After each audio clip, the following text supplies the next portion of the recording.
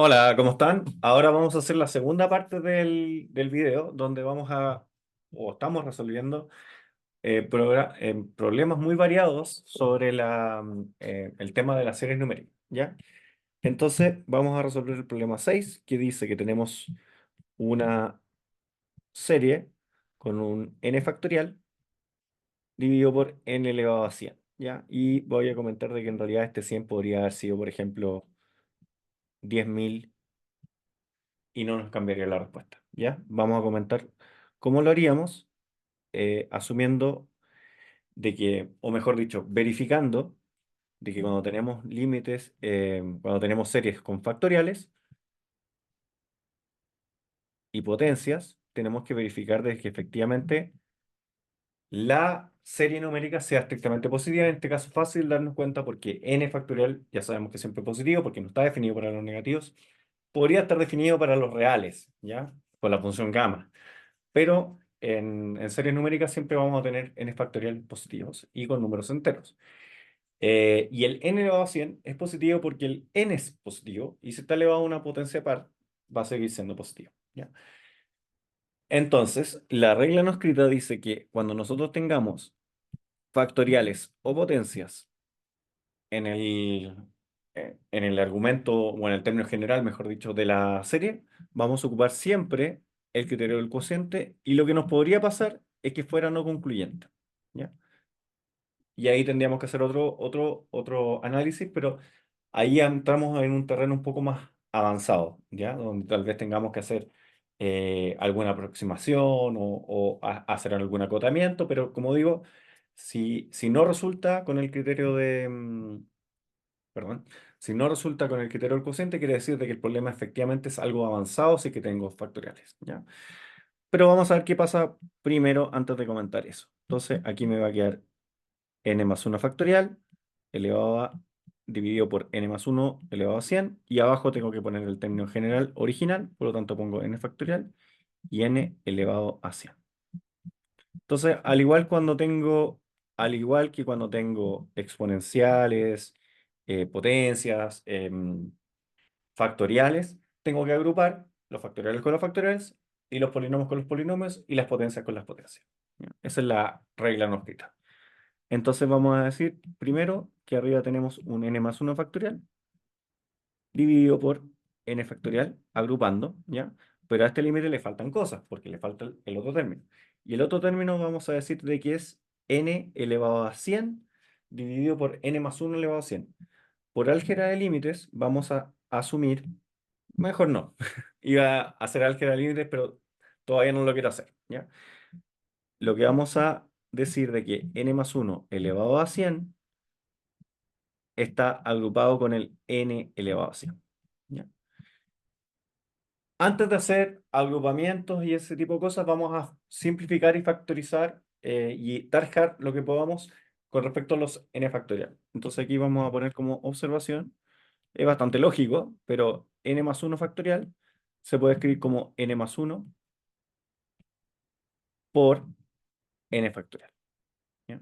Y si tuviéramos n más 3 factorial, por ejemplo, sería n más 3 por n más 2 por n más 1 por n factorial, ¿ya? Y ahí podría ser de que no fuera necesario hacer tantos productos, sino que lo importante es que dejemos un factorial dividido por el mismo factorial para que lo podamos trabajar. O sea, n más 1 dividido por n factorial es simplemente n más 1. Y lo pueden ver algebraicamente que tiene mucho sentido. Entonces ahora lo que vamos a decir es que este límite me va a quedar de esta forma. N más 1 elevado a 1 por n más 1 elevado a 100, o sea, me queda n más 1 elevado a 101, dividido por, ya se simplificaron los factoriales, n elevado a 100. Y aquí viene la clave del problema. Si yo tengo en el numerador un polinomio de grado 101 y abajo tengo un polinomio de grado 100, quiere decir que este límite es infinito, ¿ya? Al ser siempre positivo, no ponemos que no existe, porque que no existe puede ser de que sea indeciso, quiere decir que alterna pero no llega a ninguna parte, o puede ser infinito positivo, puede ser infinito negativo. Entonces, cuando estemos seguros de que es infinito positivo, ponemos infinito positivo. ¿Y qué pasa si el límite del cociente me da que no existe?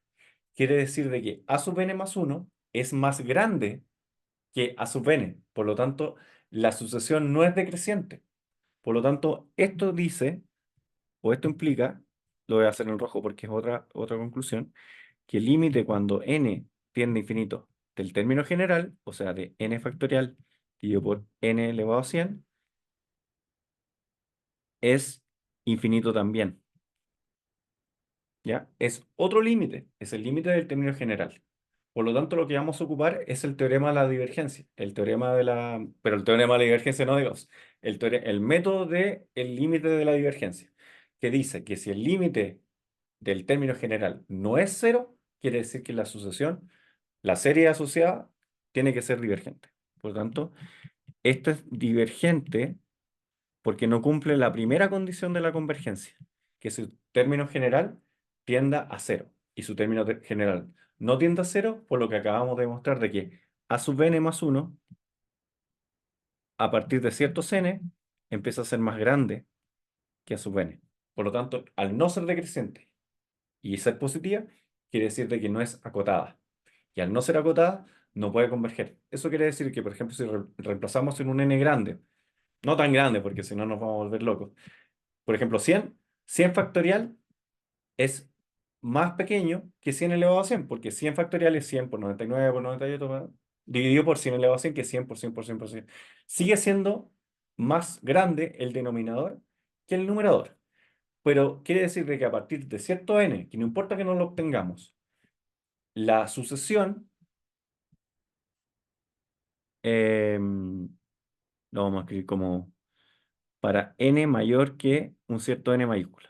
Para un cierto n mayúscula, que podría ser, no sé, 1000, 2000, 2500, la sucesión deja de ser decreciente. Entonces quiere decir de que el n factorial le empieza a ganar la pulseada al n elevado a 100, ¿ya? Por eso puse el 100 de ejemplo, porque en el 100 se nota de que el denominador sigue siendo más grande. En algún momento, para los n mayor que el 100, no sabemos para cuál, n factorial empieza a ser más grande que n elevado a 100.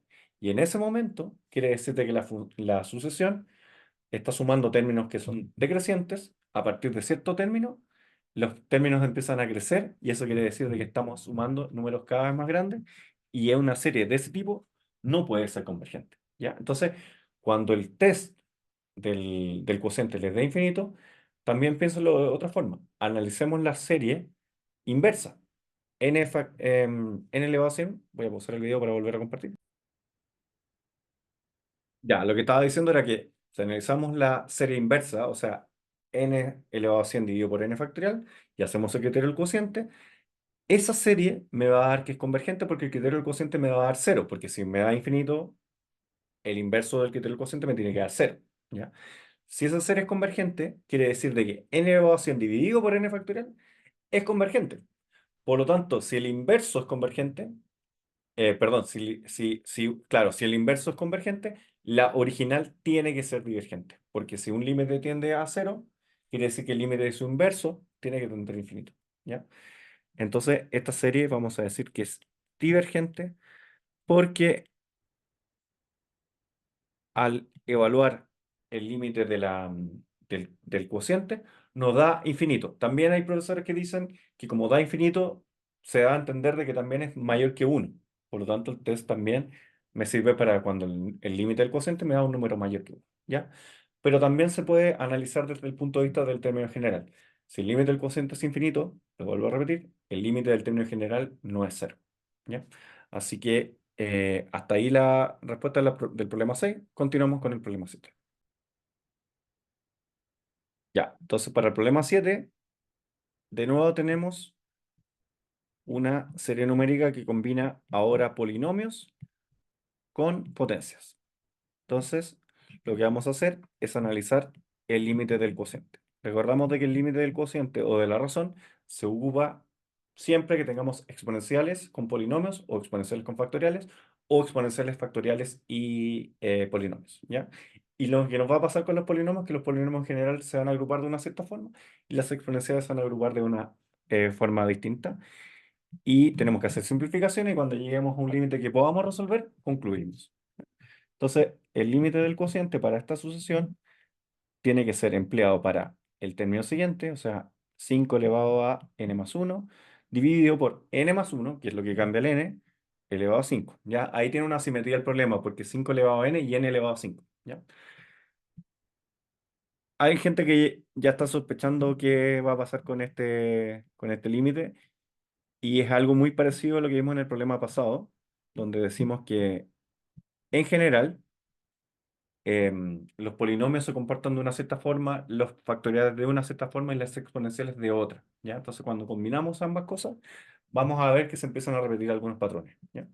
Entonces, como, como hicimos antes, vamos a agrupar ahora por sus similares, las exponenciales con las exponenciales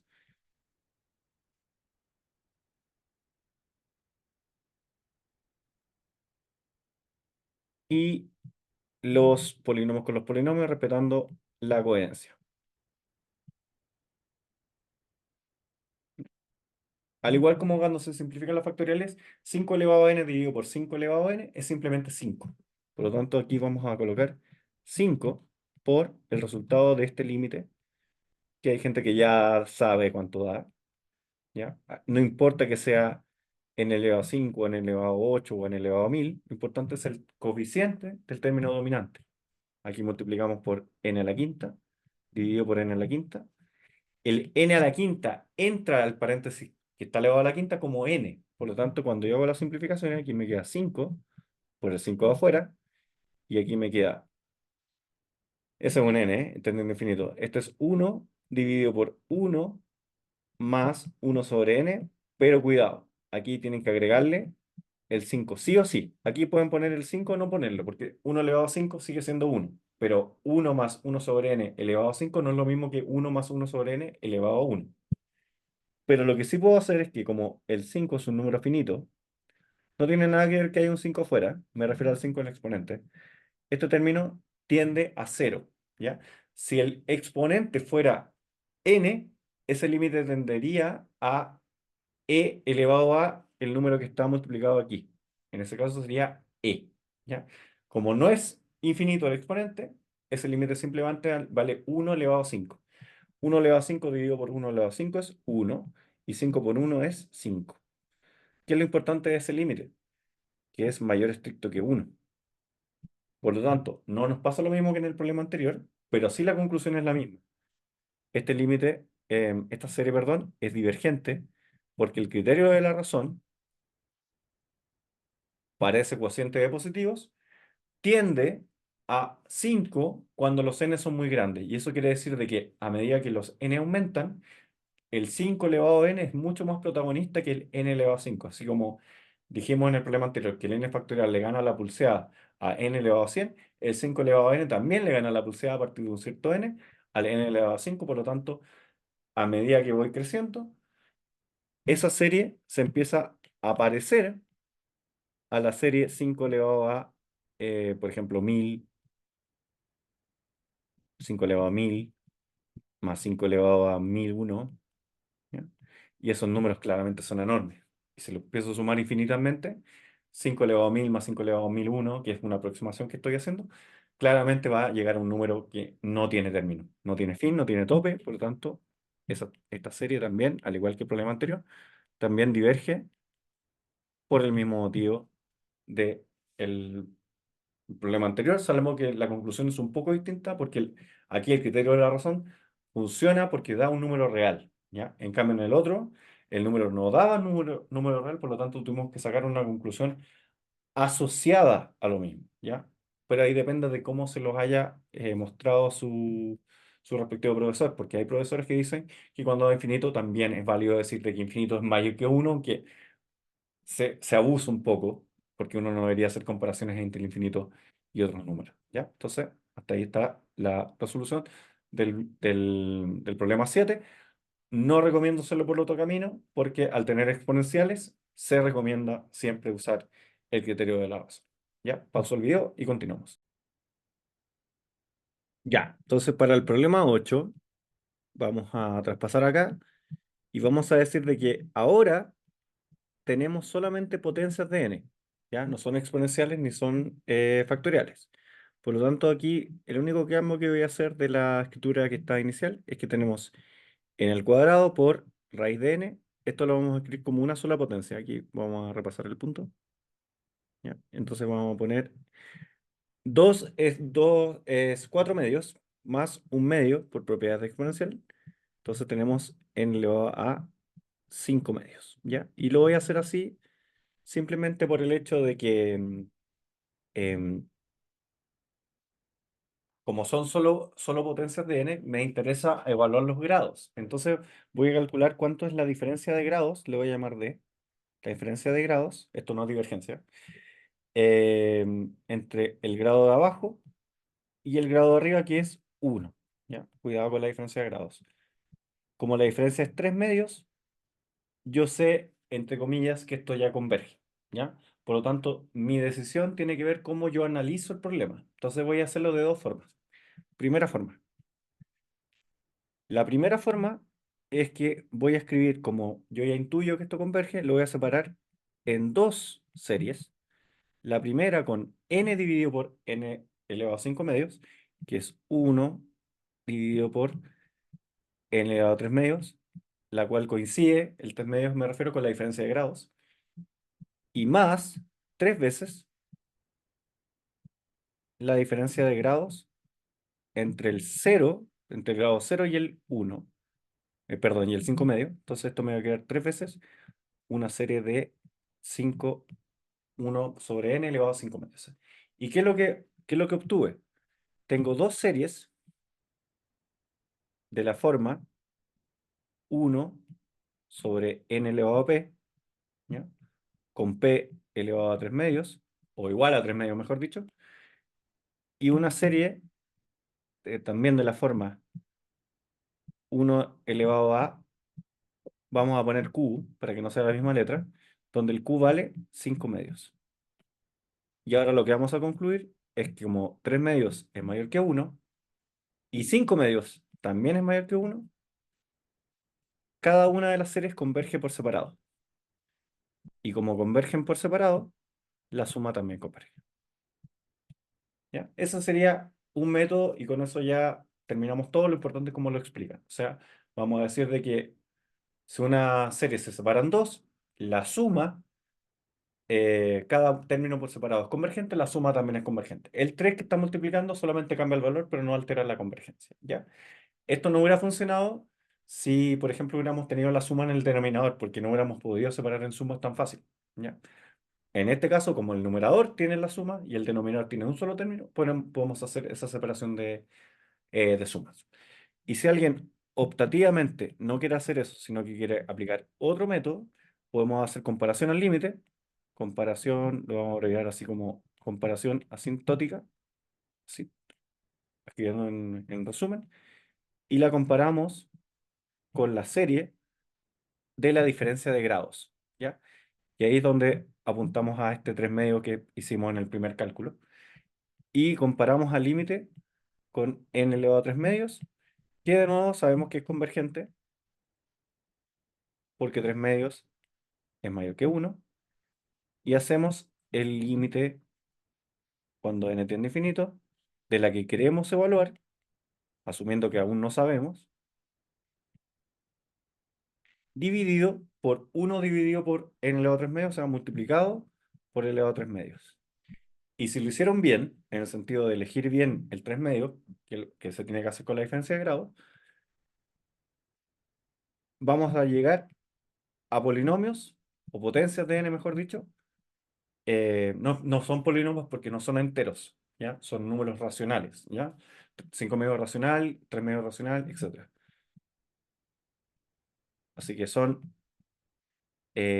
potencias de n dividido por potencias de n de igual grado, ¿ya? O sea, aunque no sean polinomios, tienen grado, ¿ya? El término dominante aquí es 1. Este es secundario porque no es el término dominante, por lo tanto, este límite de comparación al límite da 1, que es mayor que 0, ¿ya? Porque lo único que se pide con ese límite es que sea positivo, ¿ya? Positivo estricto, ¿ya? Como me da positivo estricto y esta era positiva y la que yo ocupé de comparación también era positiva, quiere decir de que la convergencia es simultánea. Entonces, ahí ustedes deciden si lo hacen por separar en suma decimos que una es convergente porque es una serie típica, n elevado a p, con un p igual a 3 medios, es convergente porque 3 medios es mayor que uno. Y la otra es 3 veces, 1 dividido por n elevado a 5 medios, con p igual a 5 medios, y 5 medios sigue siendo mayor que uno, de hecho es más grande incluso. Entonces, ambas convergen, la suma es convergente. O hacemos comparación asintótica y como el límite me da 1, que es mayor que cero, podemos decirte que es convergente. Y como son estrictamente positivas, podemos ponerle el apellido de que es convergente absolutamente. ¿Ya? Eso quiere decir de que si le ponemos valor absoluto, llegamos a la misma serie, por lo tanto, converge también con valor absoluto, y eso quiere decir que implica que converge también sin valor absoluto. ¿Ya? Entonces, el valor absoluto en este caso sería redundante, por eso decimos que la convergencia es absoluta. Hasta ahí el problema 8. Continuamos con el problema 9.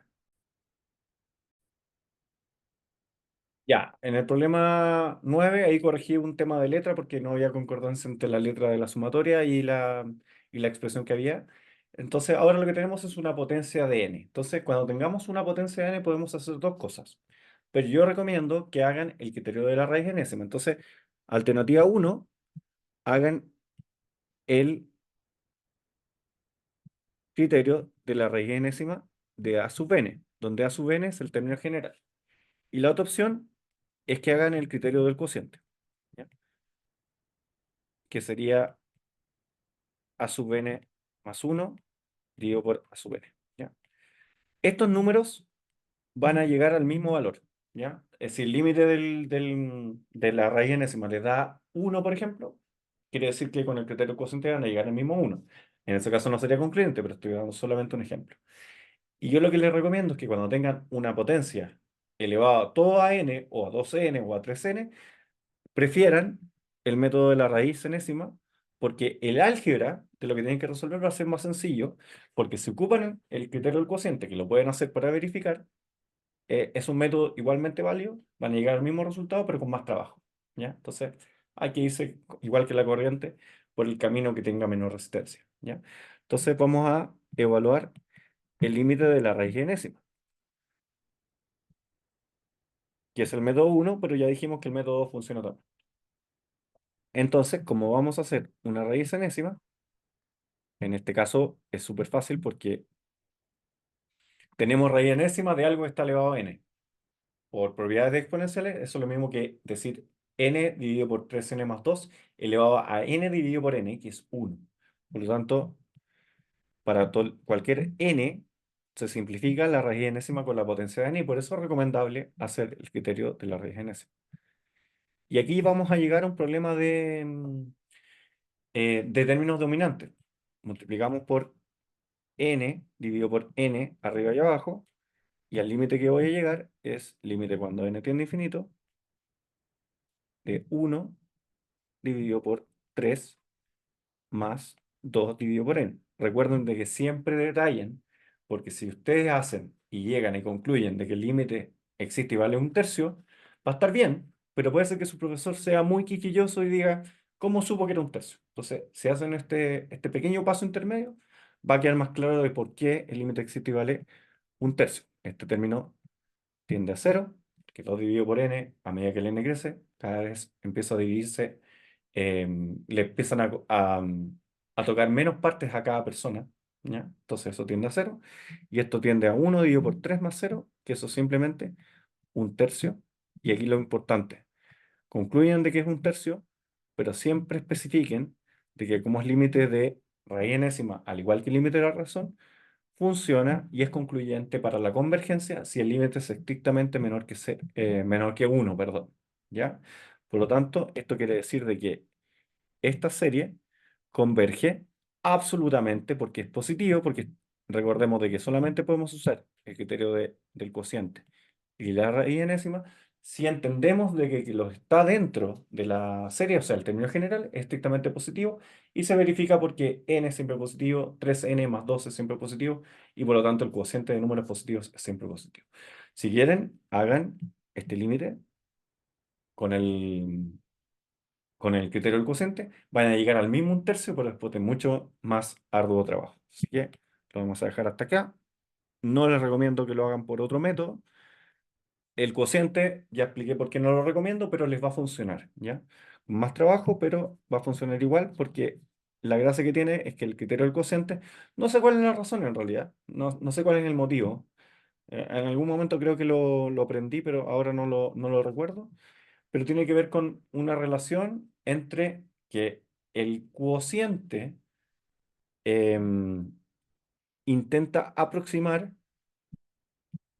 la serie a partir de un cierto número de valores a la serie L elevado a n más uno. Entonces, cuando nosotros decimos de que aproximadamente para los términos muy grandes, ese n dividido por 3n más 2 elevado a n, en realidad es un tercio elevado a n muy grande, y el término siguiente es un tercio por n más uno. Si yo le saco raíz enésima a eso, voy a llegar a un tercio. Y si hago la división entre este término y este término, va a ser L, ¿ya? Por lo tanto, llego al mismo resultado para los n muy grandes, que si aplico raíz enésima, que si hago la división, ¿ya? Pero algebraicamente no es el mismo trabajo, ¿ya? Entonces, ese es más o menos el motivo.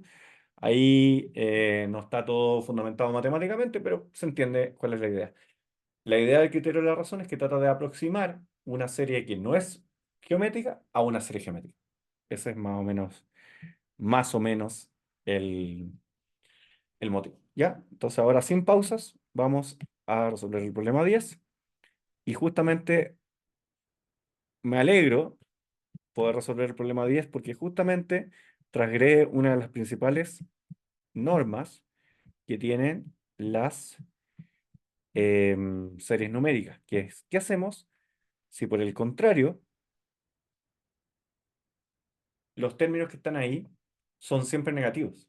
Y podemos darnos cuenta que, por ejemplo, cuando el n vale 2, el primer término va a ser menos 4 dividido por 3, todo esto elevado a 5n, que es elevado a 10, ¿ya? Claramente menos 4 elevado a 10 va a ser un número em, positivo, pues, entonces ya, no era siempre negativo, pero este término es positivo, pero el término siguiente va a ser, pongamos un más, cuando el n vale 3 esto va a ser menos 6 dividido por 3 más 1, que son 4. Simplificando esto me va a quedar em, menos 3 medios, ¿ya?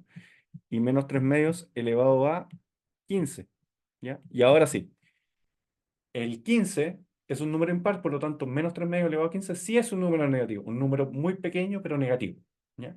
Por lo tanto, esta serie que está acá no se alcanza a ver bien, pero ya nos dimos cuenta de que va alternando de signo, porque primero las potencias son, el primer término, la potencia es par, el siguiente término, la potencia es impar, pero como lo de adentro es siempre negativo, ahí lo dije mal, lo de adentro es siempre negativo, entonces, por eso alterna de signo. Lo que vamos a hacer es decir, lo vamos a escribir de esta forma, como una serie alternada. Vamos a factorizar por menos uno elevado a 5n. Y aquí viene lo importante. Menos uno elevado a 5n, que parece no ser alternado de signo, es igual de alternado de signo porque menos uno elevado a n se puede descomponer entre menos uno elevado a 5 y a su vez esto elevado a n por propiedades de exponenciales, ¿ya? Viéndolo desde el punto de vista de los exponentes. Y el resto de los términos, vamos a decir de que este es 2n dividido por n más uno sin el negativo elevado a n. Por lo tanto, esta serie es una forma muy complicada. Menos uno elevado a 5 en realidad es menos uno, porque menos uno elevado a 5 es menos uno a la cuarta, que es uno por menos uno. Recordemos en variable compleja cuando tenemos que i elevado a 5 en realidad es simplemente i elevado a 1 por i elevado a 4, y i elevado a 4 es uno. Muy parecido, pero no exactamente igual, pero muy parecido. Entonces, cuando es 5 es simplemente menos uno. Y como menos uno elevado a 5 es menos uno, esto me queda simplemente menos uno elevado a n. Entonces, independiente que sea 5 elevado a n, es una serie alternada, ¿ya? Entonces, cuando yo me doy cuenta que es una serie alternada y que el otro término es estrictamente positivo, ahora la voy a analizar como una serie alternada, ¿ya? No con el criterio de la razón, porque el criterio de la razón necesita que la serie sea de términos positivos y no lo es. Por eso no ocupamos el criterio de la razón ni la raíz enésima, aunque esté elevado a una potencia de n. Entonces, por eso me alegro mucho haber hecho este problema justo después de haber hecho un problema que se parece mucho, pero con la diferencia que la base es negativa, por lo tanto, alterna de signo. Entonces, a este le voy a llamar A sub n y lo vamos a analizar desde la condición de la serie alternada. Vamos a decir, primero, veamos cuánto vale su límite. Porque yo ya veo que esta es una sucesión que es difícil de mostrar, de que es acotada, de que es creciente, pero podemos analizar su límite con mucha más facilidad. Vamos a decir de que este límite, 2n dividido por n más 1, elevado a n, recuerden, no estamos haciendo raíz enésima ni razón. Estamos analizando solamente el término general que multiplica la parte que está alternando. Si lo de adentro tiende a un número distinto menor a 1, ¿ya? Ese límite tendería a cero, porque tengo una potencia menor que 1 elevado a infinito. Si es más pequeño que 1, a medida que lo eleve a un número muy grande, va a tender a cero. Si el límite de adentro tiende a 1, eso va a ser exponencial de algo y tengo que empezar a calcular cuánto sería esa exponencial, o mejor dicho, cuál es el término al cual está elevado la exponencial. ¿Ya? Pero en ese caso, si fuera exponencial de algo, ya no cumpliría con la condición de la serie alternada porque no sería convergente a cero el término que está multiplicado por la parte que alterna. Por lo tanto, independiente de exponencial de cuánto sea, ya no convergería. Pero además, lo que pasa en este problema es que lo que está dentro de la potencia que está elevada a n tiende a 2. Lo pueden analizar. Término dominante de arriba es 2 y el término dominante de abajo es 1. Yo sé que ese límite puede ser de que necesiten más pasos para demostrar de que es 2, ¿ya? Pero si cuando ya están convencidos de que es 2, 2 elevado a un número muy grande tiende a infinito. Y lo que quiere decir eso es que la serie alternada no es decreciente en valor absoluto, sino que es creciente en valor absoluto, por lo tanto es absolutamente divergente. En realidad el absolutamente es una forma de exagerar, ¿ya? Porque acuérdense que las divergencias no tienen un apellido, ¿ya? Esta serie diverge porque no cumple las dos condiciones de la serie alternada, ¿ya? No sé si es decreciente, no sé si es creciente. Bueno, lo que dice es que a partir de un cierto término empieza a crecer y se va al infinito. Por lo tanto, no es monótonamente decreciente.